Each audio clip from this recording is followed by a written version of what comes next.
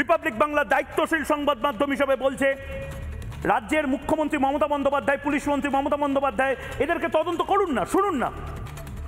আমরা কাউকে ধরে ধরে আপনারা বাংলাদেশি, আপনারা টিম্বাকটুর, আপনারা প্যালেস্টাইনের বলছি না।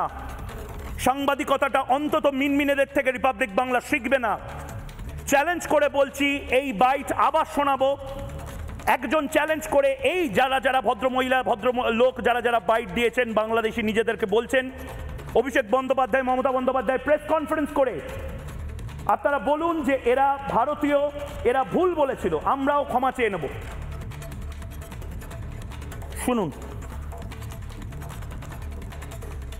ভোটার কার্ডের জন্য টাকা দিয়েছিলেন? না না, ভোটার কার্ড আমাদের কিচ্ছু নেই। হ্যাঁ, কিচ্ছু নেই। আধার কার্ড ওটা কিচ্ছু নেই। কেন নেই? কেন বানাননি কেন? বানায়নি। কতদিন আগে এসেছেন? কিছু অনেকদিন, প্রায় আপনার এই 12-13 বছর হচ্ছে। কোন জেলায় ছিল বাড়ি? খুলনা জেলা। খুলনা?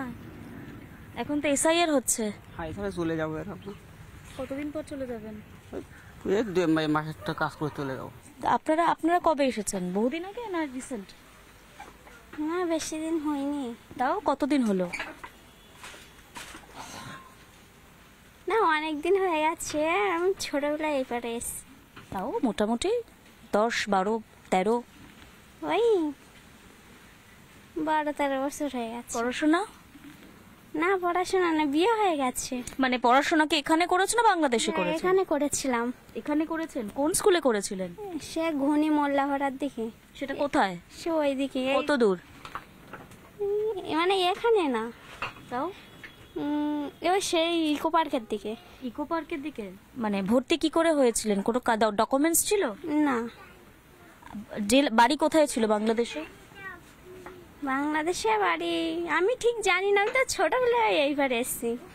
তারপর আধার কার্ড, ভোটার কার্ড কিছু বানিয়েছেন? না, কিছু বানানো হয়নি। কতদিন হলো? 2 বছর হয়েছে। হ্যাঁ, 2 বছর হচ্ছে। 2 বছর? কোথা থেকে, কোন জেলায় থাকতেন বাংলাদেশে? পায়রা জেলা। চলে এলেন কেন ভারতে হঠাৎ করে? আমাদের ঘর বাড়ি কিছু নেই, ওই আমফানে সব ভেঙে চুরে গিয়েছে, নদীতে চলে গেছে। গিয়ে আবদার করে 2 বছর কাটাইছি। কাটাইয়ে তাই ছেলে মেয়ে নিয়ে কোথায় থাকবো, মোটে বসার জায়গা নেই। তাই কিভাবে এলেন? ওই ইসে এলাম, বেলাকে এলাম। ব্ল্যাকে মানে কিভাবে? একটু রাস্তাটা বলুন। হ্যাঁ, একটু রাস্তাটা বলুন, কিভাবে এলেন? ওই যে রাস্তাটা ওই খাল পার করে দিল মানুষ, তাই এলো। কার মাধ্যমে খাল পাল হলো? ও কে আমি জানি না। বিএসএফ ধরেনি? না। বিএসএফ দেখতে পেয়েছিল আপনাদের? দেখতে পাইনি। এসআইআর হওয়ার পর কি আপনারা চলে যাবেন? এখন কি ভাবছেন? আমি অত কিছু জানি না। এখানে না থাকতে দিলে আমরা চলে যাব। আমাদের বলে দেবে যে তোমরা চলে যাও, এদেশের মানুষ রাখবো না, আমরা চলে যাব। আর যদি বলে যে থাকো, কিছু করবো না, তাহলে আমরা থেকে আমরা ছেলে মেয়ে মানুষ করবো, থাকতে পারবো। এই যে 2 বছর আগে এলেন, আপনাদের এই জায়গার খোঁজটা কে দিল যে এখানে থাকার জায়গা রয়েছে, এখানে আপনারা থাকতে পারবেন? তো মানুষ আসে জানে যে আমরা কারোর কাছে ধরা করে আসি না, আমরা নিজেরাই চলে আসি। যে থাকার জায়গা নেই, কিন্তু আমরা নিজেরাই চলে এসেছিলাম। কত বছর আগে বাংলাদেশ থেকে এখানে এসেছিলেন? 7-8 বছর হতে। 7-8 বছর হয়ে যাবে, তার বেশি হবে। কোন পথে এসেছিলেন? ওইটা আমার খেয়াল নেই। রাত্রি দালালের মাধ্যমে? দালালের মাধ্যমে এসেছিলেন? কত টাকা নিয়েছিল দালাল?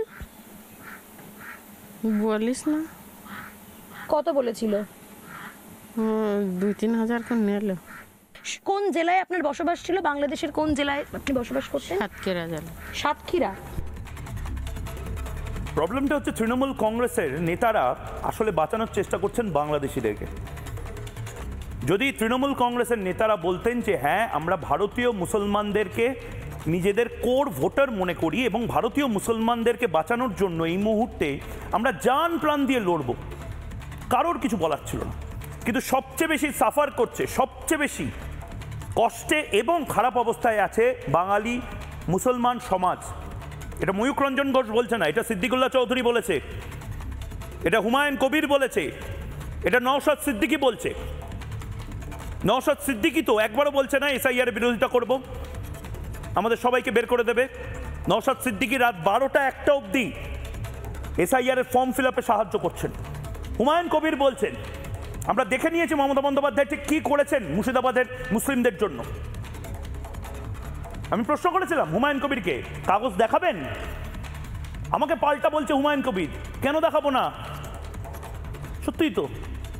নানা ধরনের কন্টেন্ট দেখার জন্য লাইক করুন, শেয়ার করুন আমাদের ফেসবুক পেজ, সাবস্ক্রাইব করুন আমাদের ইউটিউব চ্যানেল।